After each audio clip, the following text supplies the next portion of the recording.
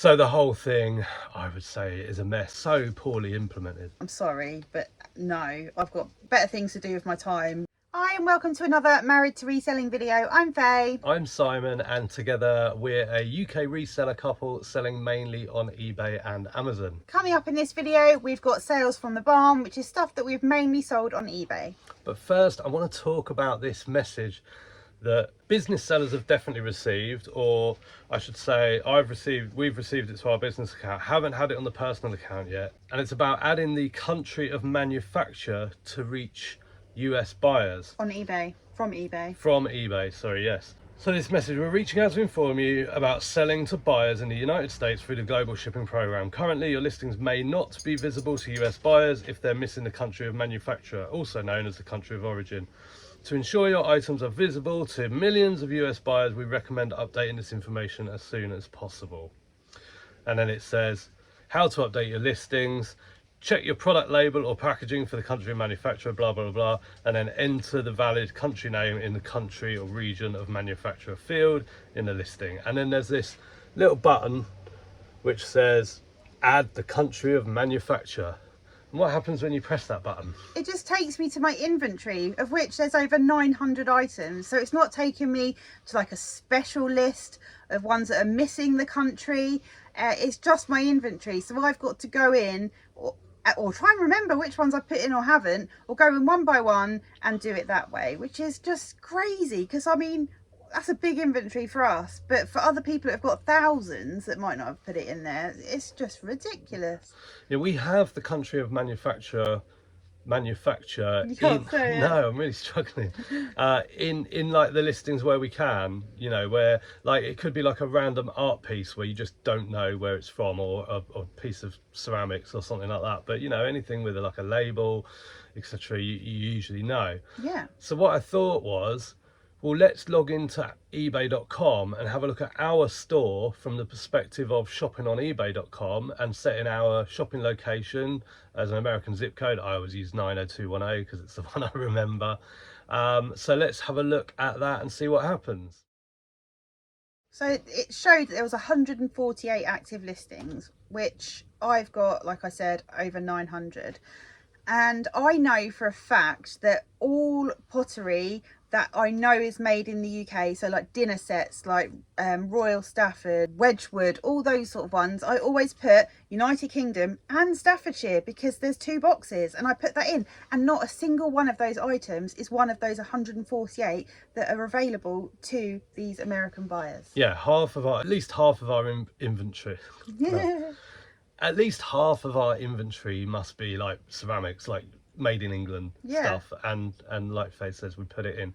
So how eBay is only showing 148 of over 900 listings is just baffling. And what's kind of even more annoying about that is the fact that you could essentially just waste time saying, no, I know that one's definitely got it in, so I don't need to check it. But like, now I'm going to have to check it to see why it's not there. Yeah. And go in and have a look. Yeah. And then I'd probably be contacting eBay and saying, yeah, RE your message. Why are these listings not showing in the US? Yeah. If anyone's got any ideas, because we're probably missing something. This message is new, or maybe we're missing something. The message is very new. eBay clearly haven't thought this through as usual. You know, why send that message out and with no sort of solution? You know, you can go in and bulk edit, and you can bulk edit by item specific, but it doesn't show you what's input into each one. It just says whether you want to change it or leave it as it is.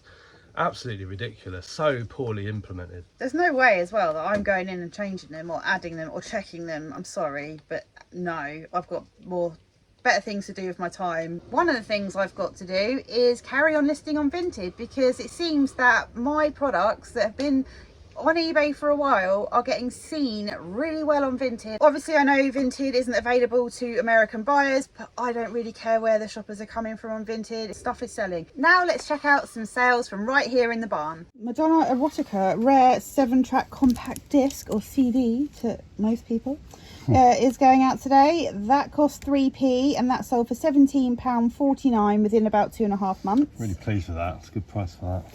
Then we've got this Barbara Davidson mug, East Linton, the Grand Tour of Scotland. That cost 28p a year ago and sold for £7.99. And then we've got these bundles of plates, a job lot. So each pack holds 12 side plates and 2 cake plates. These are all tea room purchases, so they cost £1.75 for each set, and they sold for a total of £60. So over the moon about that. Also, we sold, I always forget to say, but obviously, you know, we sell on Amazon and we cross-list a lot of stuff from Amazon to eBay. We sold a knitting book for £20, but you know, obviously you don't see our Amazon sales, and a lot of times when something sells on eBay, it's in the Amazon fulfillment center, so it's dispatched by Amazon, which is why you never see it from the barn, because we don't hold the stock. Oh, it was Michael Pearson's Traditional Knitting, Aaron Fair Island Fisher. And yeah, it was 19.99, yeah. So Amazon are already shipping that to our eBay customer. We've got this vintage Artina Zin 95% pewter pitcher jug with 4 cups. It's like a schnapps set. That cost £15, and that sold for £28 within about 4 months. Took an offer. Turned out it wasn't a great pickup. Obviously, at first I thought we might get £60 for it, but had a few offers. It was time to get gone. It's about break even on that, unfortunately, but there you go, live and learn. Then we've got these vintage Danbury Mint and Mortimer collector plates, 3 of them with ducks on. They cost 3p for the set. They've taken 3 months to sell for £14.99. Then we've got this 500ml glass water bottle, clear with metal lid and a cleaning brush inside. I'm so glad to see the back of that. That has taken about 15 months to sell. It cost £2 and 2p. I think it came from auction with a load of other stuff, and it sold for £12.99. Then we've got these Churchill Parthenon grey marble side plates, 6 of them. They cost 3p for the set and sold for £19.99. The same person also bought the dinner plates, which are the 6 of them. They also cost 3p for the set. They sold for £28.99. And then I sent them a message after those 2 sales saying, did you know we've got the bowls in stock as well? We've got 5 of those, and they bought them. They sent an offer for £20 and I accepted it. They also cost 3p for the set. So what was the total? £68.98, I think. Nice. For 9p. And then we've got the vintage jelly mould, clear press glass, oval shape with a bubble top. That cost 70p and sold for £7.99 within about 10 months. Vintage Johnson Brothers Indian Tree dessert plates, 3 of them. They cost 44p for the 3. They've taken 2 months to sell for £18.49. Then we've got this vintage Royal Worcester Harvest Ring 9-piece dinner plate cup saucers. It's not like a full set, it's just all the pieces of that design I've put in a bundle together. They were free and they have taken 6 months to sell for £15.59. Then we've got these half side Brambleberry dinner plates, 2 of them. They also cost 44p for the pair. They have taken 2 months to sell for £11.19. Then we've got this Artist's water pot paint can. It's ceramic and it's got a little metal handle. It's really cute. That cost 3p and sold for £7 within 3 months. This is a vintage art print by David James of Bromham Bridge, so that's near us, and that cost 3p, sold within 3 months for £10, and it's going GSP to Florida.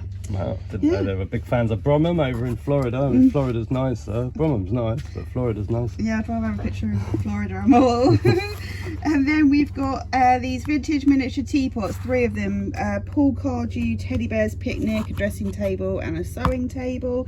They cost 3p for the trio and they sold for £13.55 within 3 months. Got this sale on Vinted. This is Anchor stranded cotton embroidery thread times 46. Mixed colours. They cost 44p and sold for £19.99 by pays postage. Then on auction we sold this on eBay, vintage Britain's Farm job lot vehicles, animals, fencing, etc. You might remember we showed this in a haul video a little while back. It went on a 7-day auction and sold for £28.99 all in. Cost £4. I think Faye was hoping for a little bit more, but you know, we both know that that is the risk when you put something on auction, but it's made good profit. Then we sold this vintage Healer Craft candle holder, chamber stick, white bone china, flowers round. Cost 3p and that sold for £10.69 in around about a week. And we also sold these traditional CNP France porcelain snail pans escargot plates ×2. They cost 70p and they sold for £7.99, and they have taken about 10 months to sell. Just sold this book, Roses in Bobbin Lace. This cost 10 pence and sold for £11.49 in about 2 months. Well, thanks very much for watching. Let us know what you think about this GSP US calamity. There doesn't seem to be any thought that's gone into it. There's no consistency in terms of what is being shown on ebay.com to US buyers. So the whole thing, I would say, is a mess. But if you have any insight, if you can help us and help anyone else watching this video and reading the comments, please pop a comment down below. We will see you in the next one. Bye for now. Bye.